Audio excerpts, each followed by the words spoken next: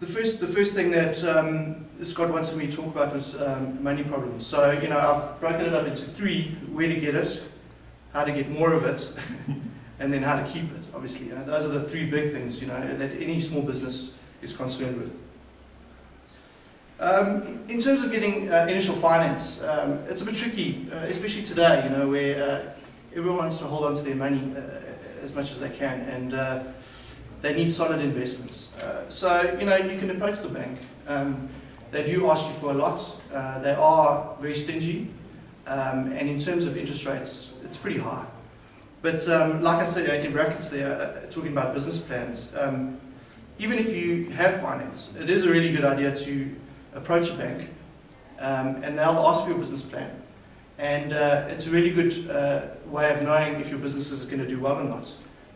You know, because they're looking at a sound investment, and if they are willing to give you money based on your business plan and your model, you know, then there's a good chance that things are going to be okay. You know, in terms of, you know, maybe it's a good, you know, an overdraft is nice to have.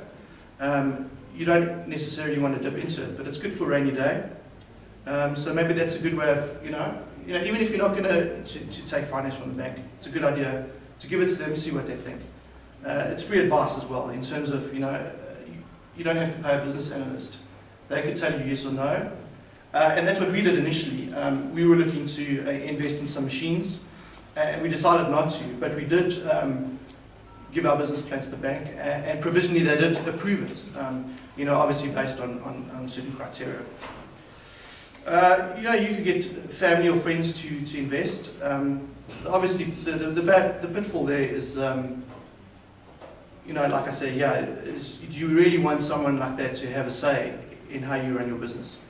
And if they're going to be investing it, you know, it's obviously only fair that they do have that. There's a lot of government incentives, particularly maybe the IDC you could approach. We approached IDC. They want to become partners. They do want a solid return on their investments. So you could approach. It's a good idea to have a look and see what they want. When we started and when we approached them, they did have specific incentives as opposed in the arts, which we were a part of. So it's good to check on their website. We also go look on time, you know, look time to time and see what's happening there. I have a partner, a business partner. It works really well for us. We did have there used to be three of us, and it didn't work out with the three of us, you know. So it's a good idea to make sure that you guys have the same sort of path. Otherwise, it's just not going to work. And like I say, yeah, there's no such thing as a silent partner. You know, there might be a guy that says, oh no, he's willing to put some money in or whatever. He's going to want to say, and if he thinks that you're doing stuff wrong, or you know, he's going to be saying that. Yeah. So to start small, that's probably the best way that I would say. You know, that's what we did. We started from a garage.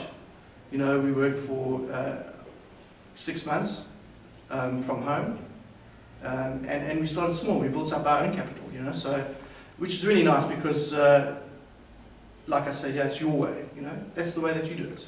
You know, no one has a say in how you run your business. Okay, how to get more of it. Particularly, obviously, because I'm in the marketing sort of industry. These are the two things that you know, I think are important. There's something that's called an elevator speech, and you know, when I read this, it made sense, and I didn't think that we'd use it as much, but you actually use it a lot. And the reason they call it an elevator speech is that it's got to be short and concise. So when you explain your business to somebody, it's got to be as quick as when you enter the lift, and by the time you leave the lift with that person, he knows exactly what it is that you do. It's really nice that when you're networking, it's good to have a sort of 150. I mean, if you can fit it in a tweet, that's basically what you. That's a good idea to have like that. Give 2 business cards to everyone. We try and make that a thing. You know, one for him, and if he wants to refer you to anybody else, then he'll have that extra contact. So you know, when you order your business cards, order double, and give them away to everybody that you see. You know, friends, family. when you're building, or when you're looking at building onto your house, I don't, a lot of you guys might not have at the moment, but you would ask a friend if they could recommend a tiler or recommend a builder. And if somebody says they recommend somebody, it's an honest referral, and they're kind of putting their reputation on the line. So that's what you need to do, is ask for referrals. If you have a client that you do good business with, ask them. Ask them if there's anybody that they think that you could, be of service to. And if these people refer you, then you have an in. When you pick up the phone, you say, so-and-so asked, recommended that I give you a call because we've done business with him and he's been very happy. It automatically gets you an in. And that's what you need to do. You have to keep on networking. And it doesn't matter in what sort of context, and in a social context as well, explore that as well, Keep on asking for referrals, keep on asking people, do you know of anyone that can help? The first point here, how to keep it, it's pretty simple, how to keep it, and now I'm saying that you must pay everyone before you pay yourself. From experience, when you have a good credit record and things really get bad, then people seem to understand. They understand if you, if you're a couple of days late every now and again. But so we try and keep it as a rule that we try to settle all our debts as soon as possible. It makes you sleep at night. You don't have to dodge the phone every time it rings with an unknown number. We try and keep it like that. There's a lot of stuff. Tax you always have to pay, and you can't get away with it. But there's a lot that you can deduct. For example, if you work from home, you could deduct some of your bond payments. They could be tax deductible and you don't have to pay that. There's a certain amount of petrol that you can. So my suggestion would be to get a tax advisor, and I guarantee you that the amount you pay him, your savings will be 2 or 3-fold.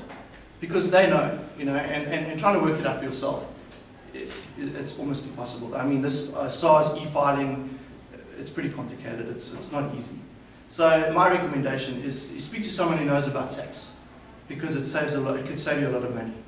And I'm all for paying tax. I think it's important, but you don't want to be paying any more than you should. So a good tax consultant will cost you 600-700 Rand an hour, but I guarantee you'll save much more than that in the long run. We try to have a 3-month cushion in terms of our finances, just to keep us, so that we don't worry. That's over and above our overdraft. It just helps us, keep everything in check.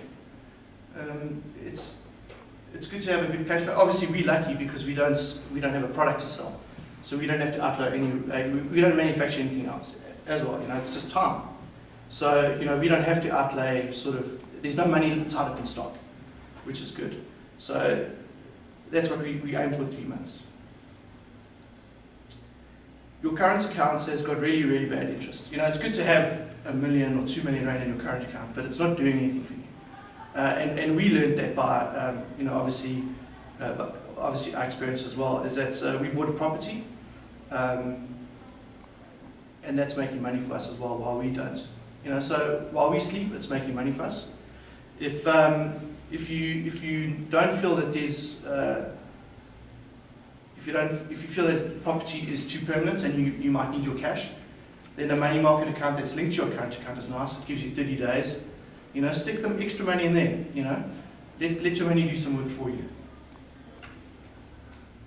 Okay, market problems.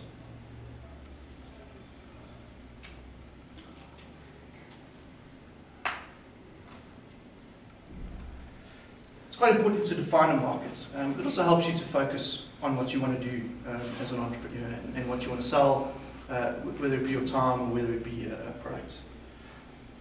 Make sure you have a specific target so that you can aim it at those people. Join a lot of networks. For example, I can use an example as the YPIA.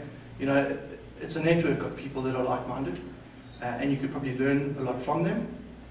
Also join networks that, for example, we do a lot of paint packaging. So we joined the paints manufacturers organisation. That's good for us because then when we go to their expos and when we go to their meetings, we're kind of the only designers that are there. So we are able to network and give out business cards. We have experience in the trade, so we do know a lot about their business as well. So we found that, you know, I think it costs 8,000 or 9,000 rand a year, but it's given us a lot of business from that because we learn a lot, and B, when we go there, you know, people are interested in what we have to say because we kind of the only people there. Again, you know, give 2 business cards to everyone there. Also engage with your existing clients. You know, a lot of people make the mistake that when you sell something and you've made the sale, you kind of never see them again until they contact you. It's probably a good idea is to phone them every once in a while, you know, because you never know what might come up. So engage with those people as well, and also keep on asking for referrals, especially if they, well, only if they're happy with you. If they're not, then they won't.